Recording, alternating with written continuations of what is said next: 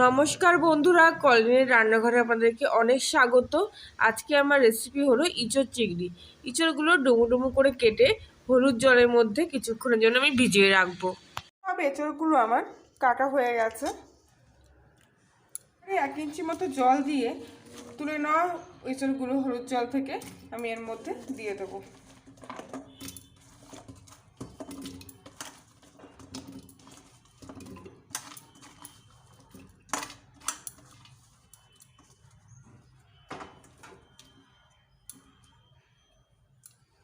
এর মধ্যে আমি অল্প সামান্য পরিমাণ একটু হলুদ দিয়ে দেবো আর 1/2 চামচি মতো লবণ দিয়ে দেবো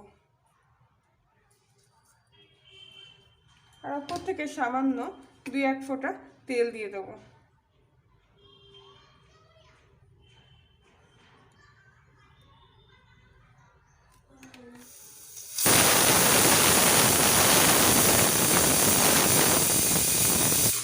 সিটি দেওয়ার পর এখানে আমি এঁচড়টা একটু ভাপিয়ে নিয়েছি।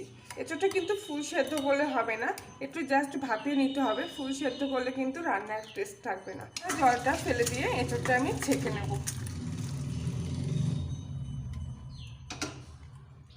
এঁচড়টা জল ঝরিয়ে নেব কিছুক্ষণ ধরে। 50 গ্রাম মতো তেল আমি দিয়েছি। তেলটা গরম হয়ে গেলে এতে আমি একটা গোটা তেজপাতা, একটা শুকনো লঙ্কা আর কিছু সাদা জিরে ফোড়ন দিয়ে দেবো। ফোড়নটার থেকে মিষ্টি একটু গন্ধ যখন ছেড়ে দেবে তখন এর মধ্যে আমি 2টো বড় বড় সাইজের পেঁয়াজ কুচিয়ে রেখেছি, সেগুলো আমি এর মধ্যে দিয়ে দেবো। কাঁচা লঙ্কা 4 ফোঁটা করে এর মধ্যে দিয়ে দেবো। আর পেঁয়াজ ভাজার সময় আমি সামান্য একটু লবণ দিয়ে দেবো যাতে পেঁয়াজটা তাড়াতাড়ি ভাজা হয়ে যায়। পেঁয়াজগুলো আমি কিছুক্ষণ ধরে ভেজে নেব।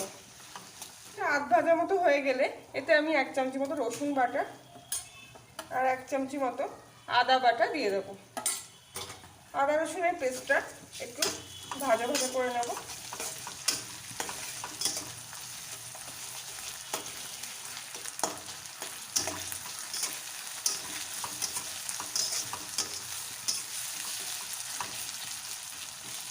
কড়াই থেকে তেল ছেড়ে দিয়েছে, এতে আমি 1 চামচি মতো জিরে বাটা আর 1 চামচি মতো ধনিয়া বাটা রেখে দিয়েছি, সেটা আমি এর মধ্যে দিয়ে দেবো।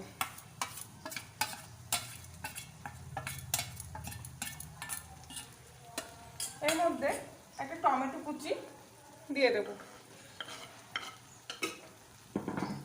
1/2 চামচি মতো লঙ্কার গুঁড়ো দিয়ে দেবো। আপনারা যেরকম ঝাল খাবেন সেরকমভাবে লঙ্কার গুঁড়ো দেবেন। আর 1 চামচি মতো হলুদ গুঁড়ো দিয়ে দেবো। আর দিয়ে দেবো 1 চামচি মতো মিট মশলার গুঁড়ো। এই যে মিট মশলাটা বাজারে পাওয়া যায়, এই মিট মশলার 1 চামচি গুঁড়ো। এটা দিলে স্বাদটা অন্যরকম হয়ে যাবে, খেতেও খুব টেস্ট লাগবে। মশলাগুলো সব কটা একসঙ্গে ভালো করে ভেজে নেব।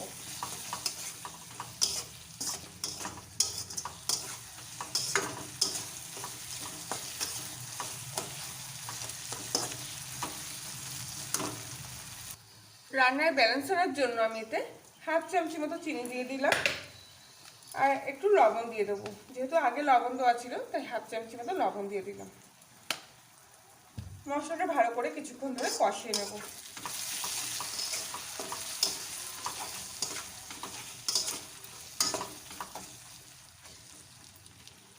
এখানে আমি কিছু চিংড়ি মাছ পরিষ্কার করে বেছে ধুয়ে নিয়েছি, এগুলো আমি এর মধ্যে দিয়ে দেবো। চিংড়ি মাছ কিন্তু আগে থেকে ভাজলে রবাট হয়ে যায়, টেস্টটাও অনেকটা কমে যায়, তাই আমি মশলা কষার সময় চিংড়ি মাছগুলো দিয়ে ভালো করে কষিয়ে নেব।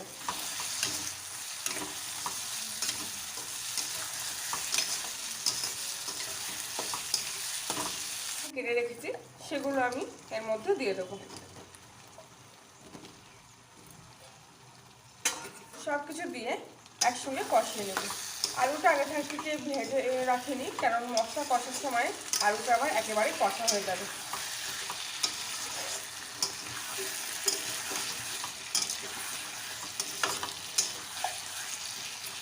মশলাটা ভালোভাবে কষা হওয়া পর্যন্ত কিছুক্ষণ অপেক্ষা করব। কিছুক্ষণ পর আমি সেদ্ধ করে রাখা ইঁচড়গুলো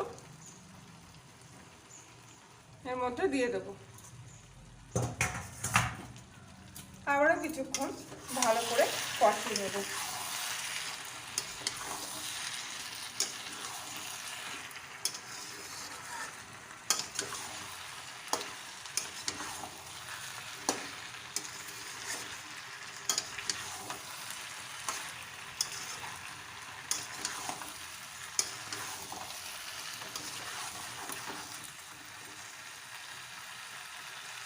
মশলা ধোয়া জলটা আমি এর মধ্যে দিয়ে দেবো।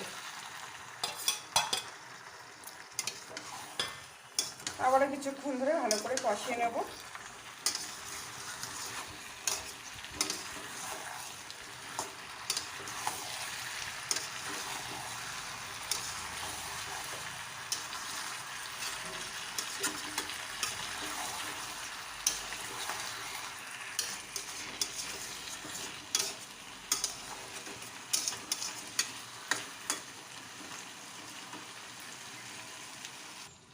রান্নায় একটু কালার আনার জন্য আমি এখানে 1 চামচি মতো কাশ্মীরি লঙ্কার গুঁড়ো দিয়ে দিচ্ছি। এটা অপশনাল, দিতেও পারেন আপনারা, নাও পারেন। কালারটা খুব সুন্দর আসবে এটা দিলে পরে। কিছুক্ষণ মশলাটা দিয়ে ভালো করে আবার কষিয়ে নেব। ইঁচড় কিন্তু কষতে হবে, অনেকক্ষণ ধরে কষলে কিন্তু ইঁচড়টা খেতে টেস্ট হবে, সুন্দর হবে। যত কষে যাবে ইঁচড় তত কিন্তু রান্নার স্বাদ বাড়বে।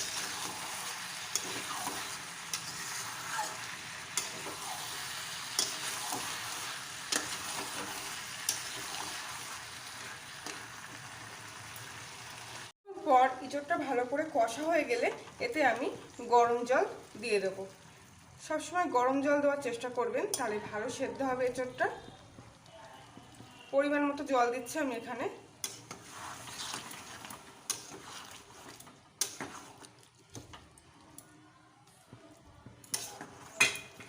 টকবক করে ফোটা অবধি এঁচড়টা অপেক্ষা করব।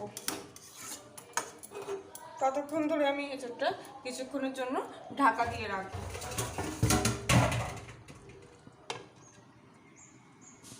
ঝোলটা 5 মিনিট ধরে টকবক করে ফোটানোর পর দেখবো ইঁচড়টা আর একটু সেদ্ধ হয়েছে কিনা। ইঁচড়টা কিন্তু সেদ্ধ হয়ে গেছে দেখুন, আর তার সঙ্গে কিন্তু আলু একদম সেদ্ধ হয়ে গেছে, বেশ মাখা মাখা মতো হয়েছে।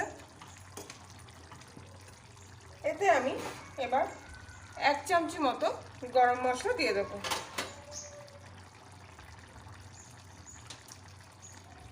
আর দিয়ে দেবো 1 চামচি মতো ঘি দিয়ে দেবো। রান্না কিন্তু আমার কমপ্লিট হয়ে এসছে।